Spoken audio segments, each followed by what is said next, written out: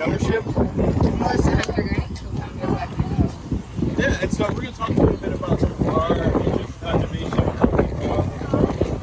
conservancy, and what can be done, and why we even have to call our organization Black Land Ownership. Before we get to that, instead of doing a bio or reading y'all some list of things I've done, I'll take 3 questions from different people.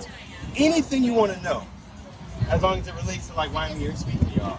As to either my background, what I do, what I care about, or whatever would give me the legitimacy to be here speaking to y'all. Because I need y'all approval to do this, right? So 3 questions. Good question. I grew up in DC. My mom and my grandparents were in DC, had a school. So I grew up in an education kind of environment. My mother's an attorney, worked at Howard University, and did a lot to try to get Black folks into law school, and then also supported once they got there. Because you got to remember, 60s, 70s, my mom's old enough so that Brown versus Board of Education didn't pass until she was 14 or so. So by the time, 60s, 70s, we're doing programs trying to get Black folks in the legal profession. University of Iowa was recruiting. But once a kid grows up in DC, gets out there, we go from a place that's 56% Black to there are no Black people, and there are people that don't even want you there. So my mom did a lot to try to make sure folks are insulated once they got to law school. And at a certain point, she worked at Howard Law School as well as the assistant dean. And so her focus on education, and we are the ones that need to support the community we care about. And that means like we as community members. So next question. But yeah, grew up in DC, went to St. Albans, where I got into lacrosse. Went to St. John's for high school. We were horrible then, now we're getting lacrosse. And then I went to Morehouse for undergrad, Columbia for grad school, made art for a whole long time, and we'll get into that stuff. Second question. What animates you to get up in the morning? Whoa, big question. 2019, I got diagnosed with melanoma and got my pinky toe amputated. I was on treatment for 13 months. I have a rare form of melanoma, like 4% of melanomas are this kind. And there was no treatment for it up until 6-7 years ago. And so I was on immunotherapy. I'm still here, it's been doing its job. I have scans on Monday. So every day I get up, I'm lucky. Melissa has some health issues. So before I even had health issues, I was praying to have more time with her. And that puts a change in perspective. Like all the news and yada yada, all this idea of divisiveness, I see connectivity and humanity, the earth with the universe, with myself. And I'm motivated by really the opportunity every day to make our lives into what we can. And I'm not one of those people like, you can do anything. Like, what? Kind of. I know that every single one of us by being alive has defied every mathematic odd. So I think every day I'm motivated by that. So like, what can we do? What are the opportunities? Who can we rock with? And that leads into art, music, education, conservation, outreach, community building, solidarity movements. All right, one more question. Okay. What was your family's pivotal experience with land that got you into this work? They want to give it up. My family's, my mom's 80 now, my aunt's 82. They want to depossess. I'm fighting with them all the time saying, do not sell anything. We can figure out how to generate the revenue we need to hold on to it. And it's an uphill battle. They're like, the taxes are outrageous. Well, that's the way Black folks in DC lose property, is the taxes are outrageous for some folks, especially if you're on fixed income. I think, on the other hand, the notion of a home, like not just a house, but a home, like that sanctuary, that sanctum, that place that you help build. Like my grandfather wasn't the type of person that went out and bought things. It was, you need to put wheels on the furniture to move it. You find something that has wheels that doesn't work anymore, take those off, figure out how to make a contraption, attach it to the thing, and now it rolls. You go through its basement. So much had been built in there. And so there was a real honest attachment. It wasn't just a material idea of its value. It was our families here. If anything goes wrong, family can move back from where they are and have a place. Like my cousin's schizophrenic. There was a place for him to be when he couldn't take care of himself. There's so many, I think, examples of where I was informed of like the importance of ownership, the importance of grow food in your backyard. I will say that. Like we grew carrots, watermelon, cantaloupe, tomatoes, cucumbers, greens, you know, and none of us had any experience in how to do that, but my grandparents were like, go out, plant it, you do this, and this is what works, and it would, and we'd be able to eat our own fresh grown food out of our yard. Corn stalks this high on 6th and Whittier Street, like middle of Washington, D.C. So I think, you know, our neighbors come over like, can we get some of the, you know, we have aloe plants everywhere. And so I think that when I was little, my hands were in the dirt. I was trying to eat the earthworms. And my mom's like, stop. And my grandfather's like, let him. It's fine. People do that. You know, and I would get sent to summer camp on a farm every summer. And pigs and chickens. And the woman who ran that farm, though, also ran an extra school. So it's community. And it was a black woman that ran a school, ran a farm, had us out there working. You know, get up 4 or 5 in the morning, you work. It's not playtime. Take care of the farm. And so I think that those experiences were definitely formative. But I'd never, you know, I don't have anyone in my family that has 50 acres, 20 acres. We lucky if we have a half-acre plot, like we live in the city, a quarter-acre plot. So it wasn't until I was 38, 39, where I'm out in Colorado, and I'm like, what? This is gorgeous. Who owns this? And it's like, well, that's BLM land. And I'm like, Black Lives Matter doesn't own this. And they're like, no, Bureau of Land Management. And I'm like, I've never heard of that. Department of Interior. Wait, what? That's kind of defense, but it's not. What is Department of Interior? Okay, look that up. And then it's, well, who owns that? People. Someone owns a mountain? Yeah. Someone owns all that forestry that's not developed? Yeah. Someone owns all that ranch land? Yeah. It's all privately owned or government owned or been set aside for a purpose. And so that just got me interested in the idea of, well, how did this happen? We're in places that aren't slave states because no black people. Everywhere I go in cities, black people are getting pushed out. If you've grown up in D.C., you've seen it. I go to Austin, same thing happens. Go to L.A., go to Oakland, go to anywhere I go. And then I go into rural areas, I'm like, oh, well, maybe we're getting pushed to the rural areas. We're not out there either. And so that really got me interested in land ownership in the country and how that developed. And we created a timeline working with some of Melissa's students from 1820 to now, looking at legislature, looking at when Texas was annexed, when Missouri Compromise happened, Louisiana Purchase, the issues of how Africans were going to be managed at the time, looking at ideas that even up north, like New York at one point had more slaves than Georgia.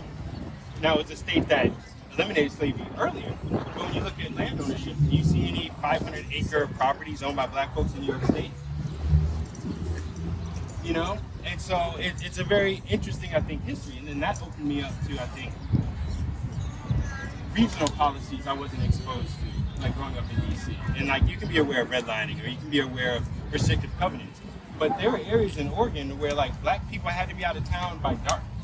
At certain time periods, before the state fully formed, had to be out of the territory by dark. And so when you wonder, like, oh, Portland is so progressive, and well, where are the black people? Oh, well, we weren't allowed in the town after, you know, during certain time periods. So when we look at now, it's tied to a history. We do not exist in a vacuum. I had a presentation that was called Nothing Exists in a Vacuum. Like literally, only nothing exists in a vacuum. We don't exist in vacuums. And so anything that is now is due to things that occurred in the past.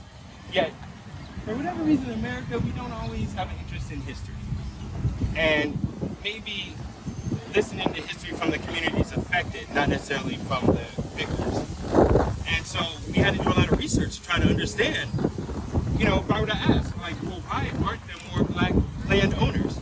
Like, why is it 96% of privately held rural land is owned by people of European descent? What would some of our answers be?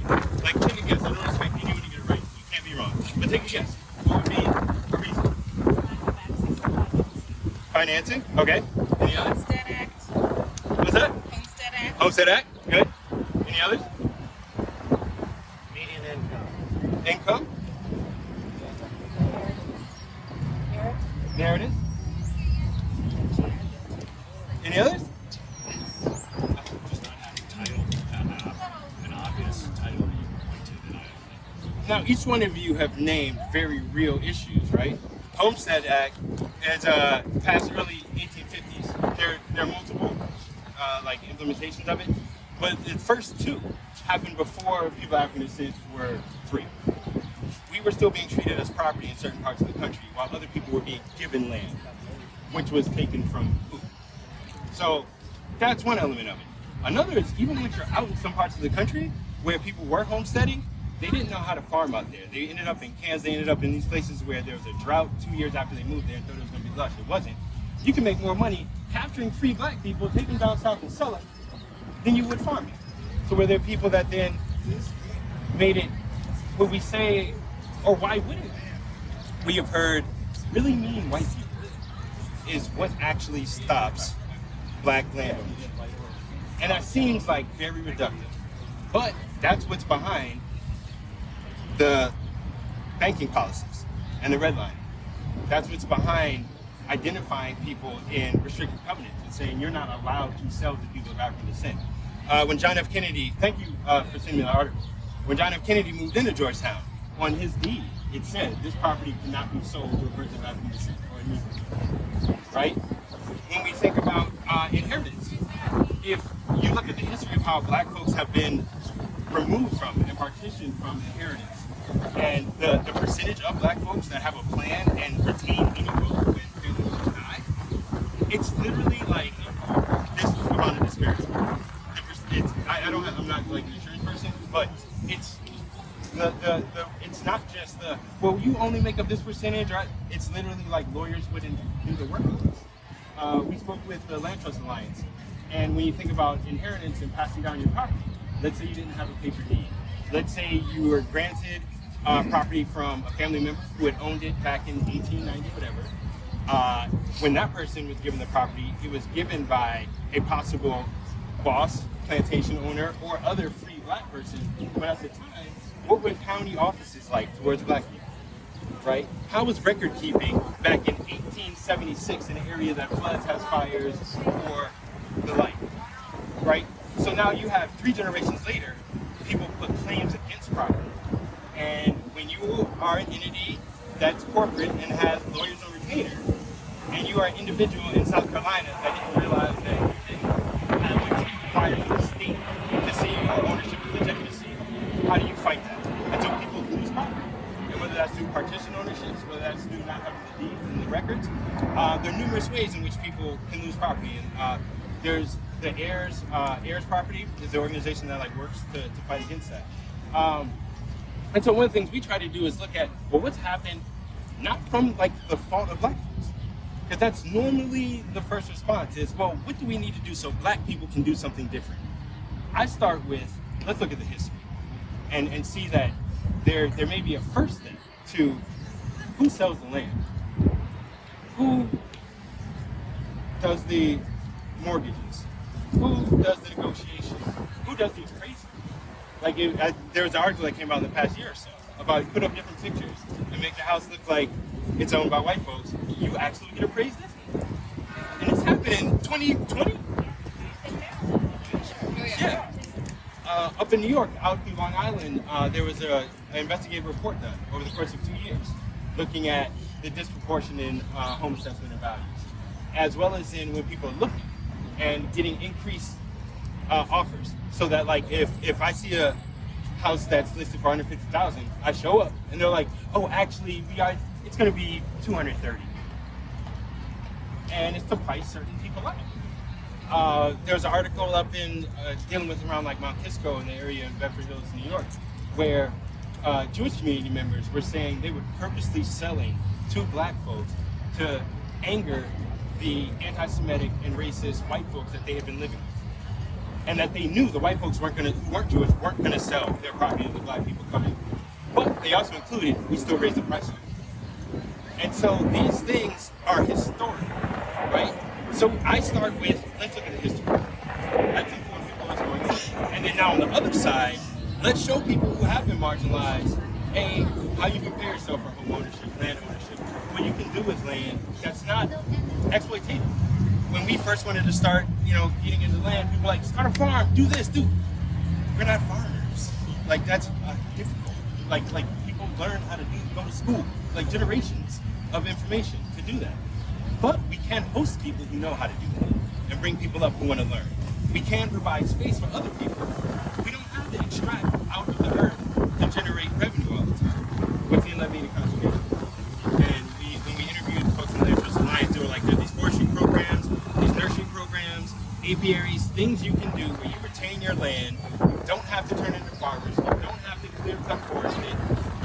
timber it down to grass. But where do I get the information? And they were like, oh, here's a whole list of things. And I looked at it like, that's a lot. I already have a job. I already try to make music and art as my job, which means that's like 3 jobs. Work with the school, Melissa has a job, we run an art space. But if that's the answer, all right. And we started going through it and started learning about different organizations, started learning about different ways you can be involved in conservation. Because when I grew up, it really looked like it was save the whales people and it was stop the cops from killing us, black people. And my black friends were like, y'all worried about whales? You see what's happening out here. And my friends with the whales was like, I mean, maybe if they listened to what the police said. And I was tired of that. And so I kind of stayed out of conservation, social justice, and made art. But when we started looking at black land ownership and its overlap with conservation, it's not dichotomous. It's not in opposition. By having land and space, we can then generate ideas, be more in touch with nature, and it's real. It's not me being like, you need to care about the trees. It's when you come up to our property and you sit amongst 19 acres of foliage and you breathe and feel at ease and feel relaxed and your feet are in the dirt. You start being like, I think this is you start realizing like the world is beautiful. And sometimes we people are like, oh, the world's so ugly and no one says that up on the property. You know, and we have a 15-acre conservation property we bought from the Altigo Ranch. And there are no chairs, there's no house, it's just woods. You get there and it is not trailed, it's wild. But people get up there and the same person that like doesn't want to sweat in New York is like, yo, and they start scaling all the material out there. You see that overlap in their real enjoyment. And that, for me, people and nature are not partitioned. I know it seems like there's the real and then there's the artificial synthetic human stuff we do. I look at humanity as part of nature. Even the concrete we make, all the stuff we do to augment it, ants build, bees build, animals use tools. Not like us, but. So for me, it combines these things. And so we were thinking about how we could scale and involve more people. We can't afford to buy more houses. We can't afford to buy more land. We're doing everything we can to maintain what we have now. But we can't partner with other people. And so entities that have access to 100 acres to go hiking or no other place to go, when people ask us, we can point them in that direction. We can try to consolidate that list so that when I saw this long list of information, I'm willing to do it. A bunch of my friends aren't going to be. But we can go through it and say, this works, this works, this works. Put it all in one place. Take it from the Land Trust Alliance website, take it from Forestry website, take it from the Forestry Foundation site, put it all in one place where if you want to go out, you can. Because a bunch of black folks I've been around, when you're like, yo, let's go to the woods. They're like, I don't know about the woods. Like, I have a job. You don't sleep outside. And it's like, no, for real. We get it and we put it in the yard. And they're like, oh, it's in the yard? I can go inside and take a shower? Yeah, we have 2 showers, 2-bedroom place, a deck, we can barbecue. And I just sleep in a tent. Cool, I would do that. And then it's like, but let's go to the woods. It's like, I don't know, bears. It's like, the bears aren't going to bother you. They'll run away. And they're like, you know what? Really? I'm not afraid of outside or the bears. It's like, there's scary white folks out there. And even on trails, police, park rangers, there's a history. And when you say it's our property, if you're a woman, you're going to be safe up there. If you're trans, you're going to be safe up there. If you're black, you're safe up there. And when I say we partnered with an org, I met them. I went and it wasn't just, I went on the internet, found the org and read most of their materials. I came meet the other folks that work there and have conversations so that they have now committed to saying that the folks we bring up there are welcome to celebrate. And now that's solidarity. And so even though it's black land ownership, that's a starting point of understanding then how numerous groups have been marginalized from experiencing the wonderful elements of the world and the planet we live on. And we hope through conservation, it's not just flipping houses. It's not just generational wealth. It's mental health. It's physical health. Like, I can go to my neighbor They butcher their own food. They know what they fed the animals. They grow their own vegetables. They trade with the other townsfolk.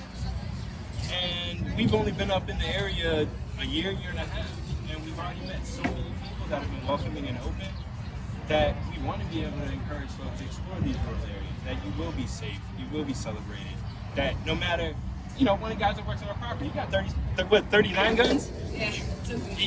He was like, my house burned down, and oh my God, my cat almost died, and da-da-da. The worst part is I lost all my guns. And I was sitting there like, I don't want to have this conversation. and don't even ask me about my opinion. But you don't need 37 guns. And he's like, and I had 3 AR-15s. I had 3 AR-15s, and da-da-da-da. And then he looks at my face, he's like, yeah, I'm a total gun nut. And then we keep talking about how to make sure we grow our garden. We didn't get into any arguments. He didn't tell me I needed to do anything. I didn't need to tell him about my opinions. We were able to find commonality in our work. And most of the time when I'm out in these rural areas, the last thing people bring up is the newspaper, television, or any of the yada yada. It's seasonal around what we need, what people are harvesting, what they're planting, where we get the tools we need to, what's open, what's not, methods of jimmy rigging everything because there's no one to call, so you fix everything yourself, and your neighbors help. I don't know how many people have been like, oh, let me come see the trailer, because we have a single wide. And when we saw the single wide, I looked at it, and Melissa looked at me, and she was like, and I'm not smart, but I was like, don't push it. I want to say, we need to get it. There's a lake access. There's an apple orchard. But I was like, chump, chump, chump. And a week later, my friend was like, Chris, what's up with that property? I was like, don't get me amped up. They're like, it sounds so great. Tell Melissa she needs to do it. I was like, stop. I don't tell her what to do. And then a number of weeks later, we went and met up with someone else who was in real estate. And he was like, yo, that property, if y'all can figure out how to fix that trailer, you're onto something. And Melissa was like, you know what? You can get that trailer removed. I don't think we can get it. Oh, y'all aren't removing trailers, so many people are buying them? Wait, we actually will make more money if we keep it? Trailers are valuable? And then we started figuring out how to renovate. And so now we work with the community members and they want to come over. They're like, what are you going to do with the walls? You know what you should do when you did it. And I'm sitting there like, I make music. I know how to build very small things, like a tabletop. And so we are learning that like the communities are very welcome. And again, our county is 98% white. Yet folks are very welcome. And not to say there aren't some Confederate flags up and some things that are a bit like, but I can attest to people that I've only had good experiences going out in these rural areas. I've only had good experiences meeting the people out there. And I've only been more encouraged to get more folks who are African descent out in these areas, more folks who don't think they need to encourage diversity to be active in it, and to tell non-black people, it's more on y'all than us to fix the problems. Now, where's the solution come from? Solidarity. It doesn't make any sense for me to tell y'all exactly what to do, or for y'all to tell me what to do. Is that we work together to come up with a common plan of how we can all enjoy and experience this. This is amazing, So yeah, so that's in general what we are about. Information, education, work. We have an eco hub. We run a grant. You want to speak to that a little bit? Sure. So we're building the Black Land Ownership Eco Hub, and we just got a grant from Purpose Earth that it's a small grant, but it helps a lot. We're going to be able to build a earthen oven and outdoor kitchen. We're doing a workshop. There's someone who specializes in that coming to kind of teach the community. We're learning how to build a canopy over it ahead of time, which should be interesting. But community members will be coming up for that and learning how to work with, basically, if people are familiar with cob or not familiar, it's clay, sand, straw, and water. And you basically make these bricks. It's what's inside of adobe, and you build your structures. And they're really cool and very connected because your hands and feet are bare and you're in the dirt and you're making the bricks and then you build together. So it's very community oriented. We're really excited about that. We're going to be building some wooden platforms on the conservation land so people can come out, specifically youth. That's one of the things I like to bring up in the conversation, is just that I've been an educator for 20 years, mostly in urban settings, in and out of the country, various different states. And so just watching what's happening in urban centers, especially something we can all relate to now, after the pandemic, you kind of see this huge gap happening where we have these forest schools and pod schools and traveling circus schools. And, the reality is that a lot of, wealthy folks who are living in suburban areas are getting these opportunities or were able to escape urban centers during the pandemic and start these new, very innovative and awesome initiatives. And that's great.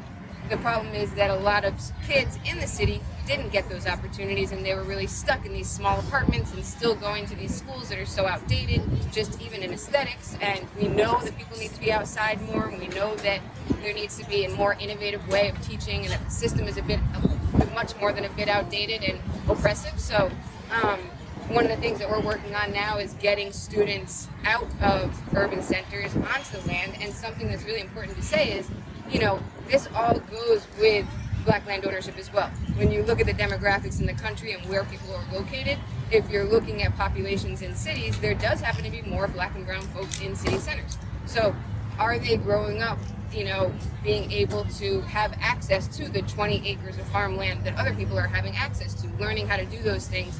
Do they want to? And that's questions that we ask students, and their answers a lot of the time are like, no, why would I want to go out there and do that? I don't want to own land, I want to be right here. But getting kids out onto the land and then letting them feel the connections that they do feel, because it happens as you spend more time, changes that perspective. And looking at also just questions like, what happens when, for example, with the prison industrial complex, what happens when all of the land is owned by white folks or the government? Who's selling the land to the people who are creating these prisons? If there's more diversity of who owns the land, there's also more diversity of thought and an ability to change what's being done with the land. So those are also big conversations that we have with youth. And so we have these 15 acres of conservation land that kids can come out to and sit on these platforms that we're going to be building and just explore who they are, why they're here, what is their purpose, what are they supposed to do in this world they didn't create, but they were born into, and have these abstract conversations and just literally research the ground. Like, that is a thing.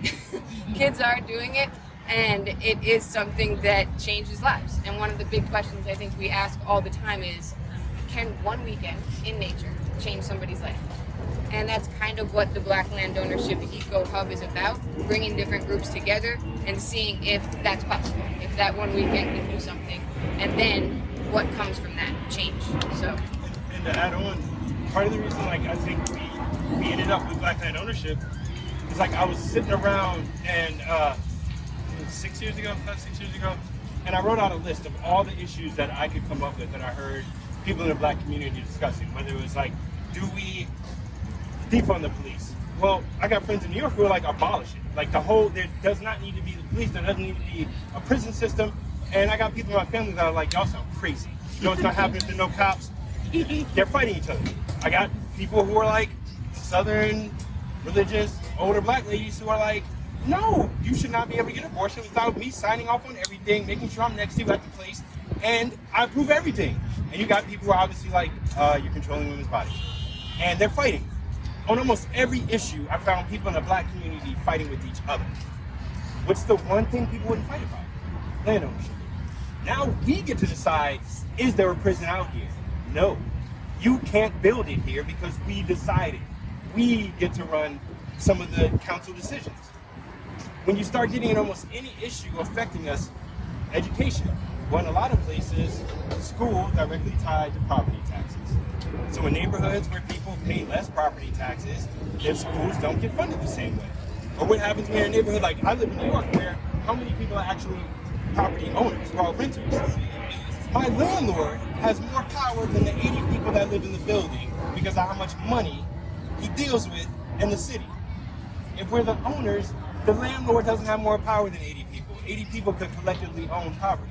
Now, what happens when you go to a lawyer and say, me and 79 people want to own property? Take a guess. Anyone a lawyer here? Who's the lawyer? All right. So what would your response, recovering lawyers? Don't worry, my mom's. This isn't a setup. Would your response be great idea? You and your friends buy property together, 60 people. Where's the retainer? Actually, the transaction costs are more than it's worth. Okay, and so that was one of our biggest issues: is how do we manage to then reframe the possibility, so that a person like me, when we first started, people like starting not for profit. I looked that up. I don't want to have to manage a board. I don't know how to keep notes on everything. It's two people. We can't even afford to pay ourselves, let alone convince other people to, like, how could I do that? I'm anti-administrative. This is a growth that I contacted y'all. For years, I was like, how many people work there? F them. They can't be putting in work. They worried about their institution more than the people. I've learned now, okay, that's a bit strong. It took time. But I met people to where, no, they are doing good work. But it took me being like, all right, let's step outside of that. But when I'm speaking to folks, I'm like, me and 4 friends want to buy property. And they're like, cool, you going to start an LLC? No. Well, are you going to do it? No. Y'all shouldn't do that. It was immediate discouragement. It wasn't, let's think of other non-traditional methods to own property. Let's think of other collective models that have happened. And so we want to help introduce that to people. We ended up starting an LLC because when I went down the not-for-profit route, one of my friends pulled me aside. He was like, he used to work for Current TV and been in marketing business. And he was like, I know you, Chris. You want to do everything about like the thing. Y'all are dealing with land. If you just happen to buy a property and it just so happens to then be worth 6 times more, you need to be able to get the revenue from it, not just put it back in your organization. Because you're going to do that anyway, but at least legally be able to. And then you can start a not-for-profit under that. And so we ended up having to register. We work with a fiscal sponsor now, and we're knee-deep in paperwork I never wanted to do. And it's made it also clear, like, what? If you had a high school education and wanted to buy property and not live in it, what? How could you even know? And if there's an easement on it, what? The paperwork's this thick. And so we also want to help with that process. And on just a base level, anyone can come to us. Like, here's how you. Chris, thanks so much for your comment, particularly about unifying effects of nature, river and nature. That's part of what we're all about while we're here. My question is, what can you tell us about black land ownership on the Potomac, or is it pretty much the same story here and all over the country? So I know a little bit more out in Eastern Maryland, and a little bit more about in the Georgetown area. In Eastern Maryland, basically the plantation system and the rice or indigo farming, which is with a lot of the plantations where it wasn't really cotton, it wasn't economically viable in that part of Maryland. And so some of the fisheries and the oystermen became a lucrative source and of jobs. And freed blacks then were able to work on the boats but not own them. And so you ended up then with free oystermen who would purchase property, live in that area, and then various folks from DC. Like there was in the 1930s, about 30% of Georgetown was black owned. And so there was a sizable enough population of black folks in DC that those professionals started moving out to Eastern Maryland and buying up property because the areas around that property were still segregated and they weren't allowed to. And so you have like Millshore Point, you have a number of beaches out near there. If you keep going up the coast, you'll find it all the way up to Massachusetts, like up in Canada. One thing that's interesting too, we can do, it's Chesapeake Bay Week, I'm sure you all do that, but Maryland Public Television does a lot of programming, and they actually, a couple nights ago, had a 30-minute program about oystermen. And I won't say much more about it, but we'll include it in the link because it's got a lot of history and economics and boom and bust and what it looked like and an interesting. I mean, Maryland was not. It was south of the Mississippi, Mason-Dixon line, right? So there were definitely the interesting mix of both free African Americans and enslaved blacks, and out on the water. And unlike being in a field, when you're out in the water, it's tougher for someone to sort of be overseeing quite as closely. And some other interesting things that I learned a lot. So some interesting, people are certainly looking at it and what else you can be doing. But as I said, if we're going to be successful at doing as much in this decade as we did the previous 3, we're going to have to figure out who can we partner with, who's out there that brings a particular skill set or something and that's what we're all about, figuring out what our niche is at Potomac Conservancy and then how do you complement it. And that's why black land ownership is very interesting, trying to engage. And it's like, we've got to go create. It's actually, we got to go find because it's on us, as you said earlier, and they're out there. We just don't know about them, or we're starting to get to meet them through some of our programs.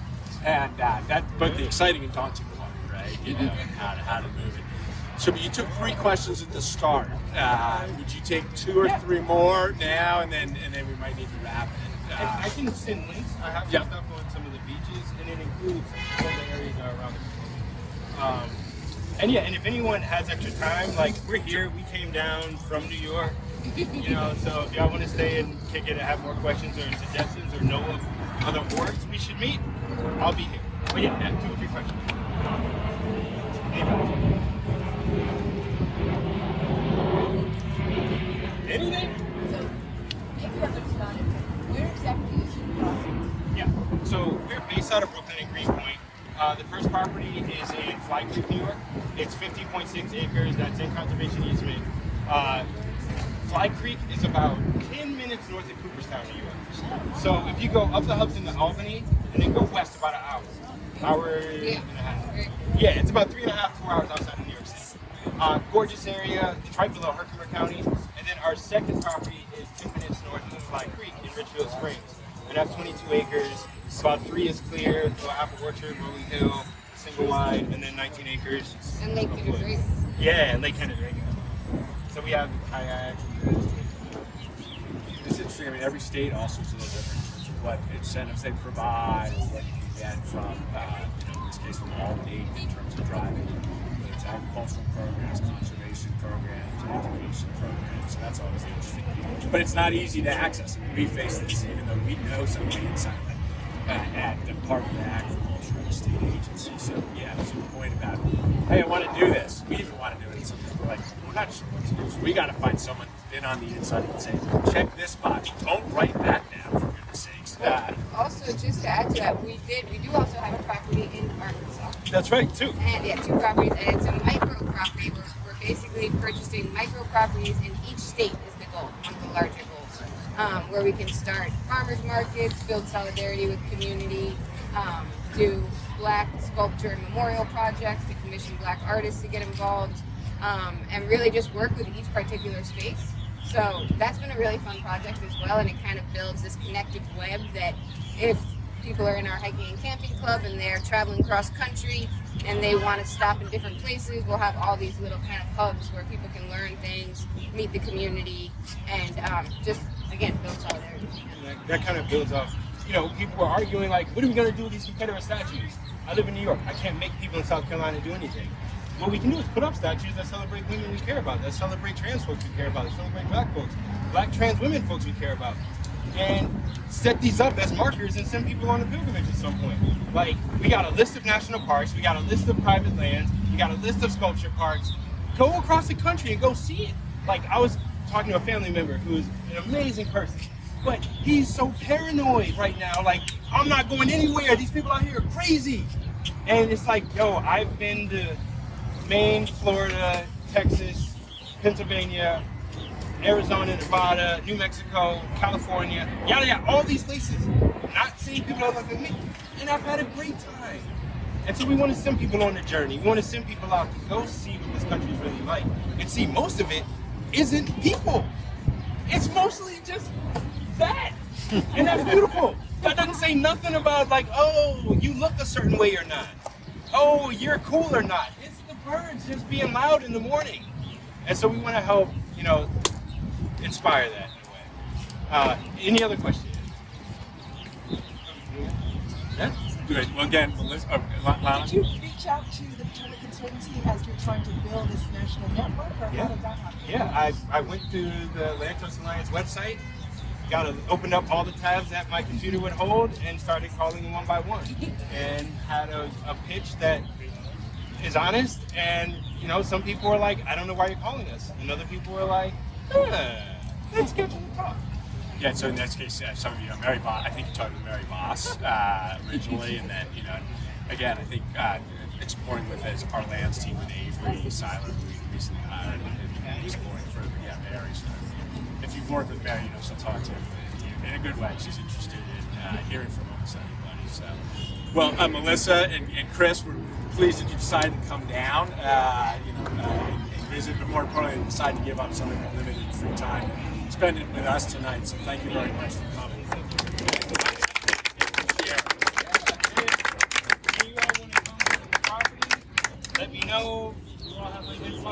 don't just show up. Like you'll get lost trying to get to the house anyway. But let us know. Like again, the goal for us is to raise the money to pay off the mortgage on the place so that all the programming is free. Like our goal is to like not have to pursue this like an industrial activity or like a commercial activity, but work with community. If I can meet 1,000 people and they all donate $100, well then that property's paid off, and then the next 500 people that want to come get to enjoy it for free. So I want to dedicate my time to spreading the word, letting people know what's up, and that outside of any money, come have the experience. If you have the time, you have the inclination, come see us. Come visit. So if you share your information, if you want to follow up with you. Yeah, we'll make sure we send it out. If you Yeah. look this up, it's only us two. Yeah, you find them on the website. We'll send it out. Again, you know, for make it easy to make a link. But again, I appreciate people coming out. There's just a couple more Riverside chats that happen over the next week or so. And I forgot at the start, by the way, to everybody, early Happy Earth Day. 6 hours ahead. And Waisha McAllister's joined us. He's another one of our staffers that runs the Community Conservation Program. He's got 3 community cleanups tomorrow. Space in any of them? Yeah. Maybe. Yeah, they're all over DC and then Maryland as well. So if for some reason you're wondering what to do, it's not going to rain in the morning. So if you look at your phone too and it says rain, like go home, Potomac.org event, and if you want to get out one of the cleanups, sign up.